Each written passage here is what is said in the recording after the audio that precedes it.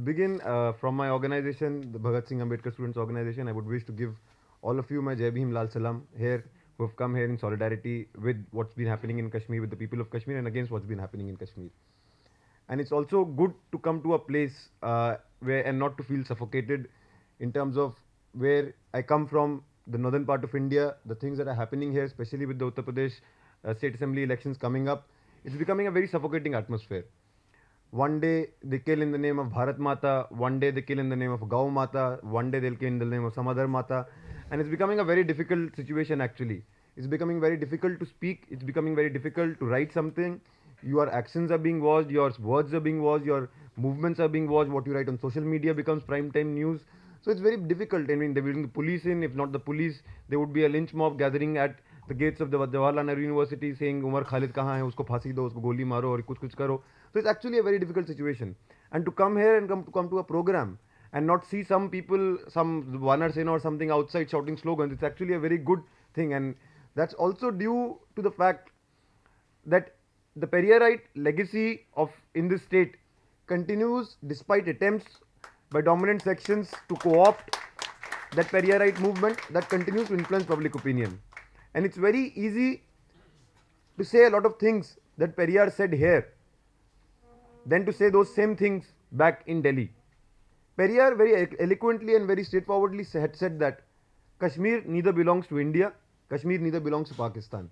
Kashmir belongs only to the people of Kashmir. What Periyar said, what Baba Sahib Ambedkar said in his last speech after resignation of the cabinet, that there should be a plebiscite in Kashmir, incites an entire lynch mob in, if we say the same things in Delhi. While I was coming here, my bail condition states that I cannot leave Delhi without the court's permission. So I had to go to the court. And what happened with, you would have all seen Kanhaiya in February. Something similar could have happened when I went to take court permission because I had to go and sign certain documents. So it's actually a very dangerous situation. There are bullies out there. There are people out there to intimidate. There is a media out there to silence you, to force you into self-censorship. But despite all the bullying, all the intimidation and all the cases, all the police, the lynch mob and everything, it's very important that we keep speaking up. It's very important that we refuse to be intimidated. It's very important that all those things that they deem blasphemous to speak about, we continue speaking about those things. Our speaking up, despite all the adverse conditions that we face, keeps the hope alive. And our speaking up is also important somewhere because we need to remember what on the 3rd of March or 4th of March, after Kanhaiya had got bail, what the Union Finance Minister Arun Jaitley said. At that time, very triumphantly, Arun Jaitley said the government was already on a back foot. All the lies and all the things that they have said had fallen like a pack of cards. But still maintaining that pretense of a triumph. At that time, he had said that the government has won the ideological war against the students of Jawaharlal Nehru University. Look, they're forced to unfurl the tricolor. Look, they're forced to say Bharat Mata ki jai. Look, they're forced to say Kashmir is an integral part of India. It's very important that we refuse to give in precisely because that ideological war is on. And one thing which I have said in the past many times and I would want to repeat, which ideological adversary fights an ideological war with the police? Which ideological adversary fights an ideological war getting the lynch mob? If it's actually supposed to be a battle of ideas, let both the sides put their ideas forward. You know you cannot win this debate. You know your ideas, your worldview don't resonate with what the students of this country are thinking. And which is why, like a coward and like a school bully, you get the police in and then you exclaim in triumph that look, we won the ideological war. You have lost that ideological war the day the police was brought into the JNU campus. You lost that ideological war the day you forced Rohit Vemula to commit suicide.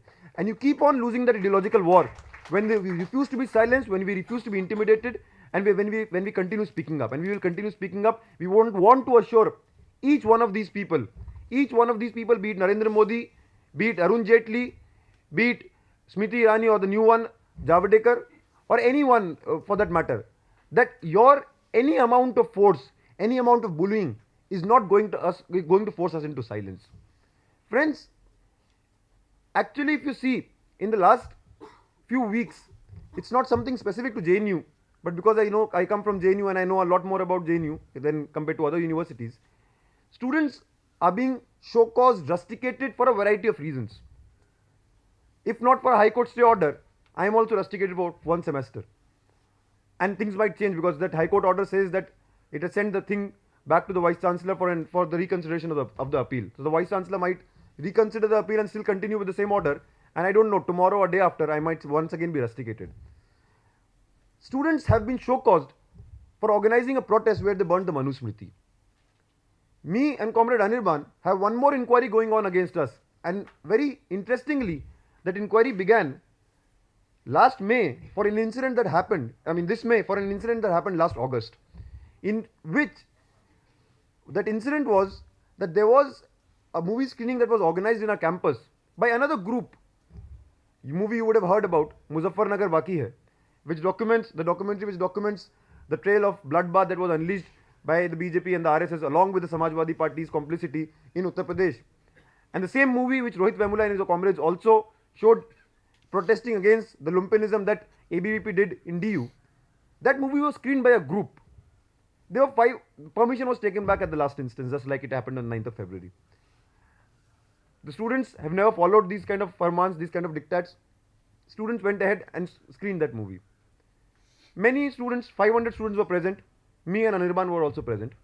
All of a sudden, after these rustication orders came in this high-level inquiry committee regarding the 9th February incident, and we started a hunger strike, all of a sudden we got a show cause notice saying the two of you have been are being show cause to explain why action should not be taken against you for your participation in a movie screening whose permission had been cancelled. We went and said there were 500 people who were there, and you are targeting, singling two of us out, and how it is connected to the larger police case and to the larger witch hunt of where they want to make examples out of us. You can imagine if speaking about Muzaffarnagar and if burning Manusmriti is become such a big issue in a campus like JNU, which is known for dissent and progressive space and democratic space and all of that. You can imagine the kind of pressure that is there not to utter the seditious K word, not to speak about what's unfolding in Kashmir. However, let me inform you something.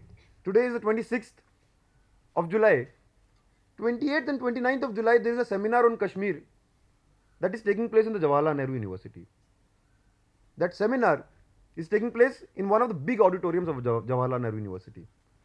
I was surprised when I saw the poster that how come a seminar's permission has been given, because no permission is being given on public meetings that are not at all quote unquote controversial. Kashmir is a big controversial issue.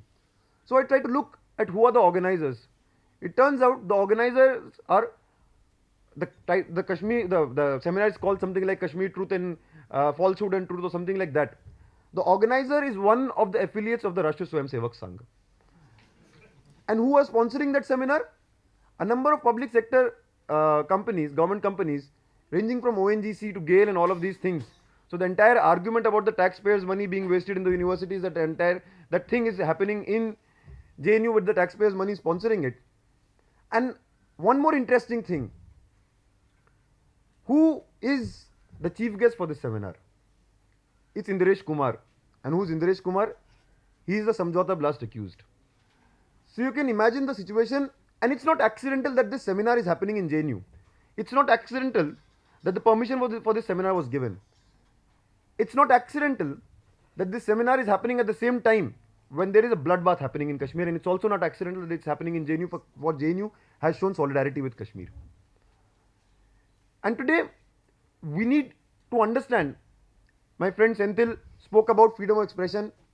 One thing I said after coming out, it's not that there is no freedom of expression in this country. It only depends on which side of power are you on. If actually you are on the side of power, you have complete freedom of expression. And not just freedom of expression, you have all freedoms. You have freedom to kill with impunity and do all of these things and be free. On the other hand, if you question, if you think, you are criminalized. I mean, today, on the one hand, Arun Jaitley is claiming that there is an ideological war that the government is supposedly winning. In the same ideological war, you have criminalized our ideas. You are not allowing discussions. Actually, if you see all of us who are being punished by this under these sedition cases and under this high-level inquiry committee and all of these things, what is a crime? A crime is a thought crime. A crime is the fact that we thought certain things and we thought that we should express those things. We did not engage, in violence or anything, despite the fact that as activists, as academics, as intellectuals, as people who have been part of people's movements, even we have discussed about violence. Even we have had discussions about violence, that is violence always bad. if there is something called state violence, structural violence, would in certain circumstances uh, revolutionary violence or violence as resistance, is it justified? We have discussed these things. Let alone discussion, even if this thought comes to our mind, we are going to be criminalized. If you guys remember 10th of February, that's the infamous Times Now show with Arnab Goswami, he said one thing to all three of us, the three of us who were there from JNU, that you guys are actually more, because you give this intellectual support, you guys are more dangerous than Maoist terrorists. These were his words. And actually, looking back at not just JNU, but looking back at JNU in this larger scheme of things, of attacks on different universities, actually we are quite dangerous. Because our ideas and the power of ideas is actually shaking this government. At the end of the day, this government is afraid of ideas, this government is afraid of young critical minds, which is why it wants to finish us like this. And today, especially what's happening in Kashmir. A few days back, in JNU, we had a march, again a solidarity march against the killings in Kashmir and in solidarity with the Kashmiri people for the right to self-determination. Despite a lot of intimidation, despite a fear mongering that has happened in the entire campus, that any discussion of Kashmir is going to lead to another crackdown of the kind we saw on 10th February, 11th February, despite the fact that that day the police had come beforehand, even before the protest march had begun. More than 200 students came out and marched in solidarity with the Kashmiri people for the right to self-determination, against the state terror, against the civilian killings, and shouting out loud that what's happening in Kashmir, not in our name. We are not going to tolerate this. And this is a tight slap on the face of all those people who thought that by intimidating us like that, they will be able to silence us. Friends, if you look back in the last 15 days and just try to see what all has happened. My friend Senthil has already given a historical account of the entire Kashmir problem. Let me be more contemporary. Let me speak about certain stories that have come in this period. 60 people dead. Just yesterday I was reading a news. Some numbers, some sources place it higher than 60. Yesterday I was reading a news that a 95-year-old woman is the latest to die in this state violence on the Kashmiri people. People have been shot at. Ambulances have not been spared. There was a student of Delhi University, the city where I study, who had gone back to Kashmir for vacations. He was shot at several times. He died out of blood loss, and his ambulance was attacked midway. And it was because of the attack on the ambulance that he lost critical time and he lost a lot of blood and died out of blood loss. More than 200 people have been blinded. More than 1,000 people are injured. Today, all those people who were shouting at the top of them, at the top of their voices, all those things post 9th of February, we would want to ask them, and we would want to tell them rather, that no flag is large enough to cover the shame of killing and torturing innocent people, not even the tricolor. When I speak here, I am not speaking here, I am not standing here out of any allegiance to any nation state, neither the state of India or no other state, be it Pakistan, Bangladesh or any other country for that matter. I did not have a choice to be born this side of the border. I could have been very well born on that side of the border. But I do have a choice, and all of us do have a choice to stand on which side of justice. And it's important that we make that choice. It's quite possible that we might have been born on the other side of the border. We might have been born in Pakistan. The question that would have confronted us would have been, are we standing with the right of the Baloch people for this right to self-determination or not? We might have very well been born in China. At that time, the question that would have been in front of us would have been, are we standing with the right of the Tibetans for the right to self-determination or not? So this is a choice that we ought to make. And I think one thing that is very heartening despite all of this, I was an activist. I had just started doing student activism in 2010 as well. The number of people who were speaking on Kashmir and the number of people who were speaking about the Kashmiri people's right to self-determination in India has increased sizably. And there are many more people, despite all of the repression and despite a lot of democratic space not being there to voice this opinion in a lot of spaces. Despite that, the voices have increased. However, to curb those voices, to ensure the voices of solidarity and the networks that we have built do not, this network cannot be built between different centers. They are resorting to very extremely cavalier means. Going back to 9th of February, post 9th of February, in the entire media trial that happened, especially against me, it was said that I was planning to organize the Afzal program in 17-18 universities. After resurfacing, I said I seriously did not know that my influence was so huge. But on a very humble note, I would want to thank the government of the day, the Modi government, for orchestrating this attack in university after the other. Because by orchestrating an attack and by creating this entire siege of universities, in university after the other, you have actually created a solidarity between 17-18 universities. And this solidarity, people are not only speaking about the fact that these university spaces should not be attacked, they are also connecting these struggles. They are connecting the struggles of the students within the university spaces with the struggles of the Adivasis in Bastar. People are also speaking out from University of Hyderabad to Kerala to Tamil Nadu to Delhi and to a number of other places about what's been happening in Kashmir. And this solidarity that has been built over the course of this fight, there are various ways and means that they're finding to ensure that this solidarity does not emerge. One of the very important means to sort of curb information, because it's very important now that information should be stopped, is the entire thing that's been happening around the media. So on the one hand, you have the likes of Arnab Goswami and JNU and NewsX and all of those people in a kind of a frenzy that has taken them over in this entire phase, where we are being asked not just to sanction what's happening in Kashmir, but to actually openly celebrate that. On the other hand, you have the Kashmiri media, which has been completely gagged. Midnight raids in newspapers seized, journalists not being allowed to cover things, journalists being attacked, and all these things that have, by the way, that they're not happening for the first time. So that information does not come out. While coming here, I was just reading an article by a senior journalist of Kashmir, Hilal Mir, and he was saying that it's very important for India to suppress local media, because local media, when it reports on Kashmir, it does not report in the way the Delhi media reports. So on the one hand, they will stop local media, they'll gag local media. On the other hand, they'll airlift paid journalists from the corporate media, they'll send them to Kashmir, and they'll report in a particular way. So Burhan Wani becomes a terrorist. For Kashmiri media, certain other language is used.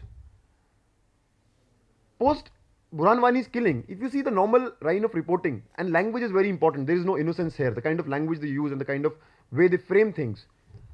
कि बुरहान वानी के मौत के बाद कश्मीर के violence में 20 लोगों की मौत, जो हिंसा भड़की है बुरहान वानी के मौत के बाद, उसमें 20 लोगों की मौत. The violence that has been incited post Burhan Wani's killing, 20 people have been killed. Who has incited that violence? Who has killed? If you read those news, it seems there is some violence happening somewhere and people are finding themselves trapped and they're getting killed by chance. No one is saying that people are, the CRPF and the Rashtriya Rifles and all these different paramilitary forces and the army forces, they're shooting to kill. They're shooting to blind. Most of the pellet injuries have happened above the waist. Simultaneously, while they're ensuring that the local media, which brings out these realities, is not allowed to function, one more trend has started. One thing which has been very crucial, if you see in the Stand with JNU movement, in the Justice for Rohit movement, has been the use of social media. The way we have used social media and the way we have sort of just ensured that the information goes out. And information goes out far and wide. Actually, going back to 2010, we learned this from the Kashmiris only. Because it was in 2010, at the height of curfew and at the height of when there was media gag and everything, it was the Kashmiris who used all these means to get the information out. And then we subsequently learnt it, and then we subsequently have started using it. Now, whoever has been posting about Kashmir, their Facebook profiles have been taken down. And it's happened to people after people. Several of my friends, either from Kashmir or from India or from any part of the world, who have been speaking about Kashmir, who have been writing about Kashmir, there's something that your post does not meet with the community standards, so either the post will be taken down, In some cases, the profile has been blocked for several days. In some cases, the entire profile has been deleted. There was one page which was there for the last 5-6 years called Kashmir Solidarity Network, which used to regularly put out things about what's unfolding in Kashmir. That entire page has been deleted. So Mark Zuckerberg has also found himself in this entire scheme of things to ensure that what's happening in Kashmir is not said to anyone else. And in fact, people of Tamil Nadu will relate at the height of the war in Elam, a similar thing was done. A similar thing of ensuring, what was called a war without witnesses. The fact that journalists will not be allowed in, the fact that no reporting will happen, the fact that journalists will be attacked. Similar thing is happening in Kashmir and for that matter also in Bastar. If you see in the past few days the way things have unfolded in Bastar, 4 journalists were in prison, 3 have been released, 1 is still in prison. People who have gone out, fact-finding teams, activists, lawyers, they've been attacked, they've been hounded out. And the same strategy. The fact is that all these, the Indian state, the Sri Lankan state, they're not even creative. So they just copy-paste strategies and they just replicate this in different places. You'll find this probably in some other day, in some other place where a movement breaks out, they will ensure the same strategy elsewhere as well. The point is, this is all these things. Just the day we were having the march, there was one slogan that was being given in that march. 14 दिनों से कत्लेआम कौन है इसका जिम्मेदार, मोदी सरकार मोदी सरकार मोदी सरकार मुर्दाबाद, which translates into that bloodbath in Kashmir for the past 14 days, who is responsible for it? Modi government, down down. And actually I was a bit uncomfortable with that slogan. Despite all the united fight that we have fought against the Modi government, actually when it comes to Kashmir, Modi government or any other government, Indian establishment and Indian mainstream parties, there is a consensus. You may be Modi or BJP, you may be the Congress, or in Kashmir you may be Mehbooba Mufti right now, or earlier Umar Abdullah, or for that matter even the Indian mainstream left. There is a consensus on certain things, and that's what makes the situation more tragic. There is absolutely no opposition. So JNU and the attack on JNU, which unites the opposition to speak out against the BJP and on the crackdown on JNU, Kashmir unites no one. Everyone is of the same opinion that what's happening in Kashmir, there will be subtle differences that no, not this much, you could probably have done this much. There is a very ludicrous debate that's happening that the use of pellet guns there have been lots of injuries, so let's reconsider whether to use the pellets above the waist or below the waist. So this is the kind of debate that happens, but no one talks about the fact that there needs to be demilitarization. No one talks about the fact that AFSPA needs to go and the fact that people have a right to self-determination. What we are seeing in 2016, we saw almost similar things in 2010, where 114 protesters were shot down after the encounter in Machil, a fake encounter in Machil, after which protests started. And the same thing, people come out on the streets with stones and they are shot down. 2008, when the Amarnath Shrine Board controversy happened, the land was transferred. At that time, more than 60 people were killed. On the 9th of February, sorry, I keep coming back to that event, the poster that we had made had a quotation by Milan Kundera, which says that the history of people against power is the history of memory against forgetting. And it's very important that all that has happened in all these years, we never hear about it. In fact, when it comes to Kashmir, I think most of us, the primary task for us is that what all we have been fed. I come from a generation which has grown up with a lot of propaganda around Kashmir. Today, when I was coming here in the flight, I picked up a magazine that was there in the flight and I just opened it to see what is there in it. So one article opens up, 5 tourist destinations in Kashmir. Kashmir, the heaven on earth, the pride of India and all of these things. I come here, I take the newspaper, I see Rajnath Singh says whatever is happening in Kashmir is Pakistan sponsored. You look back the entire 90s, the Bollywood representations of Kashmir, that what was the pride of India, the jewel of India and all of these things, that because of Pakistan sponsored cross-border terrorists that pristine valley is being destroyed, where are the people of Kashmir featuring in this discourse? And it's very important that we not just unlearn these things, but the other stories that are emerging from Kashmir, we take them far and wide. Let me tell you a few such stories. In 2010, out of the 114 people who were killed, there was one boy who was 8-year-old. His name was Samir Rah. He went out of his house to buy something or probably just went out of his house. It was curfew. That poor 8-year-old boy did not know what is curfew and what to be done and what not to be done. The CRPF gherawed him from all directions and they beat him to death with bayonets. That how dare you come out of this street? How dare you come out of the house? At that time, there is a documentary that came out. A documentary which was also mired in a lot of controversy because of something related to like 9th February, Barbadi. His father, when the body is brought before his father of his 8-year-old son, his father is crying, his father is wailing, and he's saying कि भारत की फौज बर्बाद हो जाए, भारत की फौज बर्बाद हो जाए, जिन्होंने मेरे बच्चे को मारा वो बर्बाद हो जाए. A lot of us got really offended with the kind of slogans that were given on the 9th of February. No one is justifying them. But the point is, in this entire shrill cacophony and in this entire shrill propaganda that happens, are we even ever for a moment willing to think where does it come from? What has been the history and the painful history that it comes from? Place yourself in the place of that father. Many of you might have young children. Place yourself, what will you say at that time when your 8-year-old kid has been beaten to death?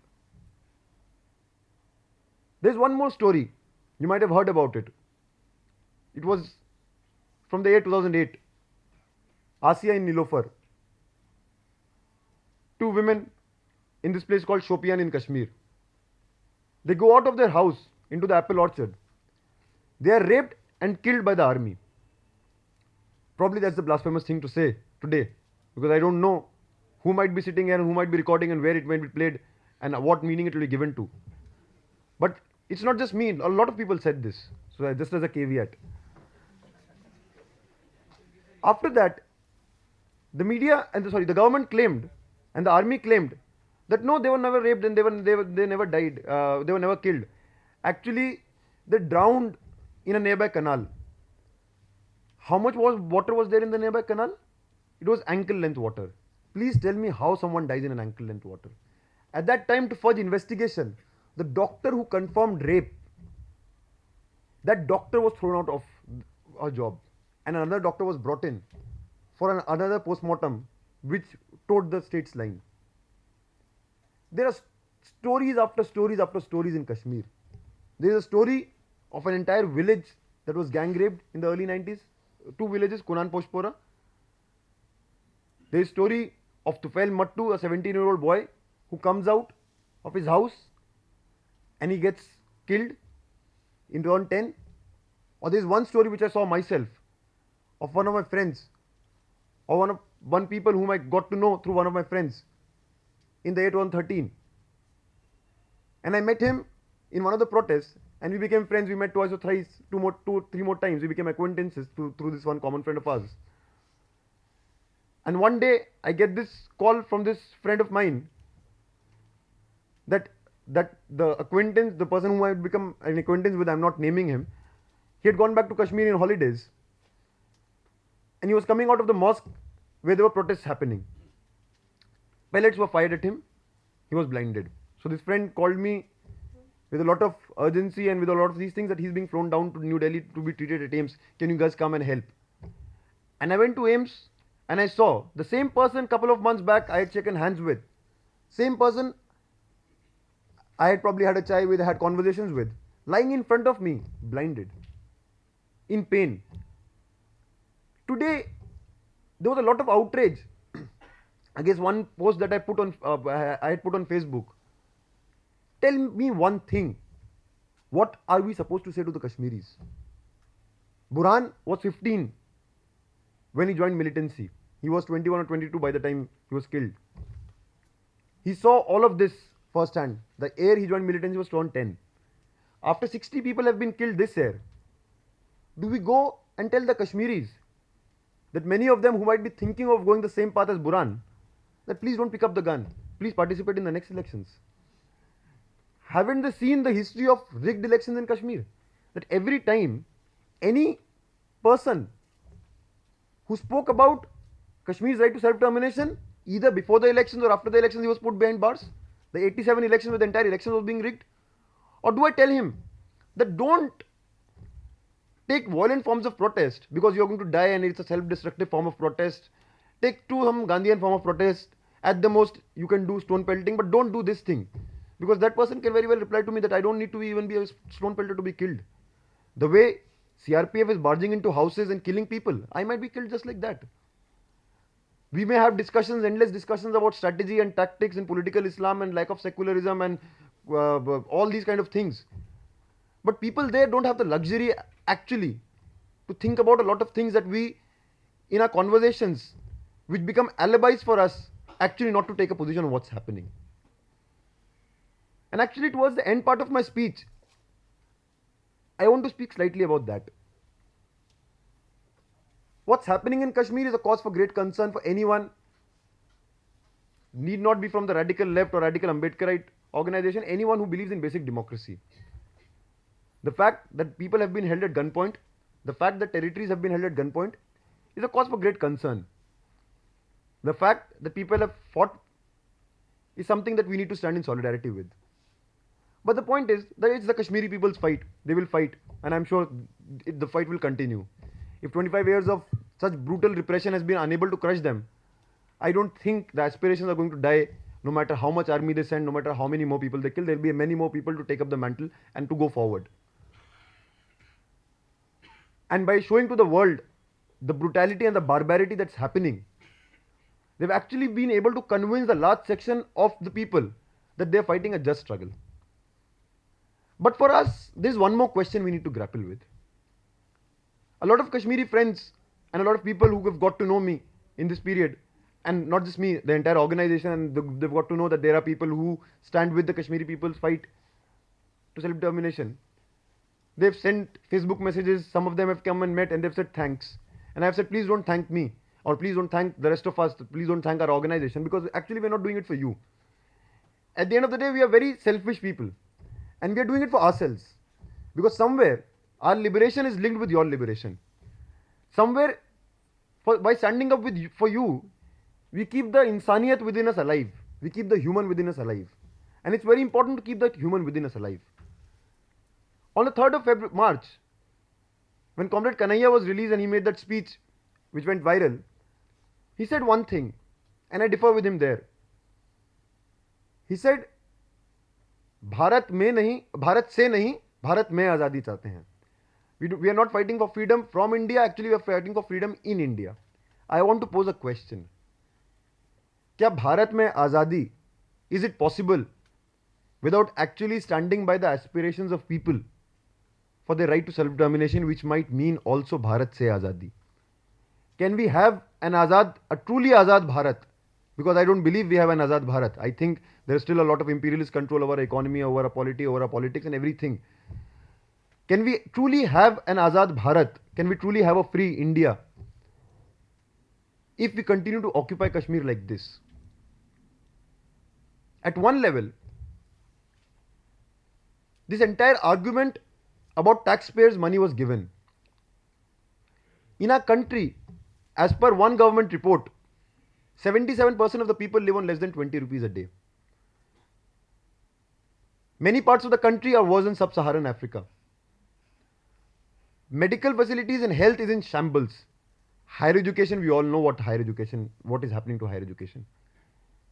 In the midst of all of this, our defense expenditure, and especially on Kashmir, to occupy a piece of land forcefully, to keep so many troops there, and to invest so much of money year after year, and to keep increasing that money with each unrest, and to keep sending more troops in India, in Kashmir, while there are people dying out of hunger and malnutrition in this country, while people are dying at childbirth because there are not enough health facilities here, that money needs to be spent here.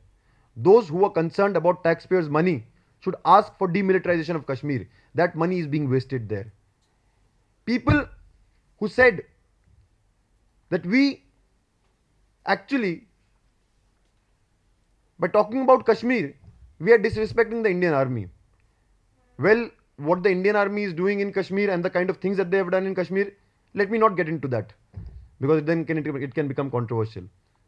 However, who are you to say that?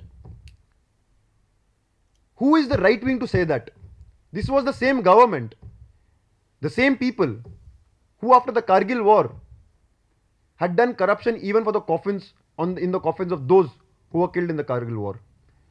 They are the same people who after the recent Pampore attack, the same kind of Brahmanical forces, after the Pampore attack, because the soldiers were lower caste and Dalits, they refused to even give them a proper funeral. So who are you? You have absolutely no locus standi to ask us about respecting or not respecting the army officials. But one thing, and that's a fact, that there are more army men who die in Kashmir out of suicide than there are in Kashmir who die out of a militant attack. There is no reporting about that. Like a classic colonial state, and this is a point that Arundhati Roy has very forcefully made, the Indian state uses people from different territories and within the armed establishment, within the armed forces, and sends them to different places and uses them simply as cannon fodder. This is a war that is not in their interest. This is a war that is they're being forced to fight. Yes, there is a lot of dehumanization, and that dehumanization is also a consequence of this entire government policy. It's very important that we say in one voice that this is not in our name. At a more fundamental level, I was talking about the economic aspect of it. And also one more thing that they kept saying after 9th of February, because coincidentally and for our misfortune, that Lance Naik Hanumantappa died at the same time. They kept saying that you guys were raising slogans in praise of a terrorist, a Kashmiri terrorist, at the same time when in our army in Kashmir, in Siachen, our brave army soldiers had laid down lives. It's true.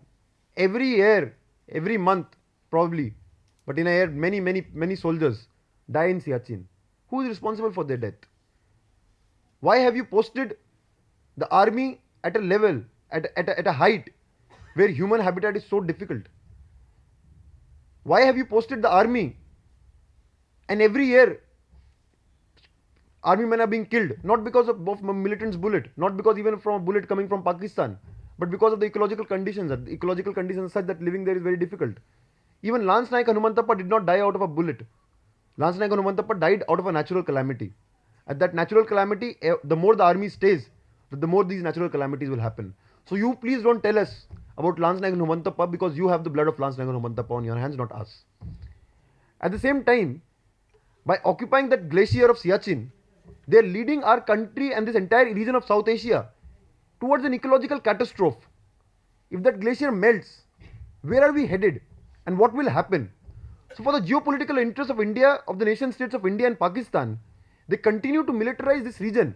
They continue to fool a starving population that it's in their interest that it's happening. And we keep believing them. It's very important that today, for our own interests, leave the Kashmiris aside for a moment, for our own interests, that we come out and say this war is not being fought in our name, no to this war, no to this occupation. Let the Kashmiri people decide. Let this, even if this territory goes, probably this will bring a greater peace, greater prosperity in South Asia. India and Pakistan have fought so many wars over Kashmir. This may resolve that issue once and for all. And today, when anyone speaks this, people have said all kinds of things. A few days back, there was complete propaganda in one of these channels called JNU, a very rabidly right-wing channel, which said that Kairana, a place in Uttar Pradesh, is becoming the next Kashmir. As the Uttar Pradesh elections approach, these kind of stories are being said again and again, and newer stories, newer fictions are being cooked up. So in Kairana, which is a place in Uttar Pradesh, there is this entire story that Muslims of that region have forced the Hindus out. So much like Kashmir, where the Kashmiri Muslims supposedly forced the Kashmiri Pandits out, whereas the real story is much more complex. Anyways, one doesn't expect complexity from all these news channels. So they said that the same thing has happened in Kairana now. And the BJP National Executive Council immediately picked it up and said this is our main issue for the upcoming UP elections. Indian Express did wonderful story around that. And they went and they found out the one BJP leader had released a list of Hindus who had been forced out of Kairana and found out about each one of them. Some of them had died 10 years back. Some had shifted out of Kairana many years back. Some had shifted out for some other reasons altogether, jobs and other things. Some were still in Kairana. And this entire story was cooked up. Immediately BJP went into a back foot and changed that story. But there is one place that is becoming very much like Kashmir in our own country.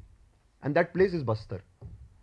In terms of militarization, in terms of atrocities, in terms of no information coming out, in terms of attack on civil libertarians, in terms of attacks on lawyers, an entire war is being waged once again. And similar news is coming out. It's very important for us to understand that the same forces which are oppressing the people of Kashmir are oppressing the most oppressed people of this country as well. And the people of Kashmir's struggle is actually in our favor. The people of India and the people of Kashmir are actually friends against a common enemy. And if we cannot say this much, that Kashmiri people have a right to self-determination, and I end my speech by saying this.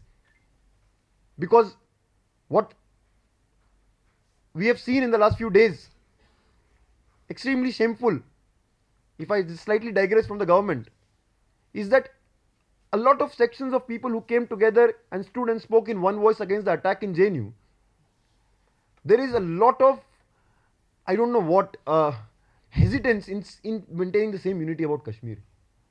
All kinds of caveats come in. No, this is a sensitive issue. We cannot talk about it. If we talk about it, something will happen.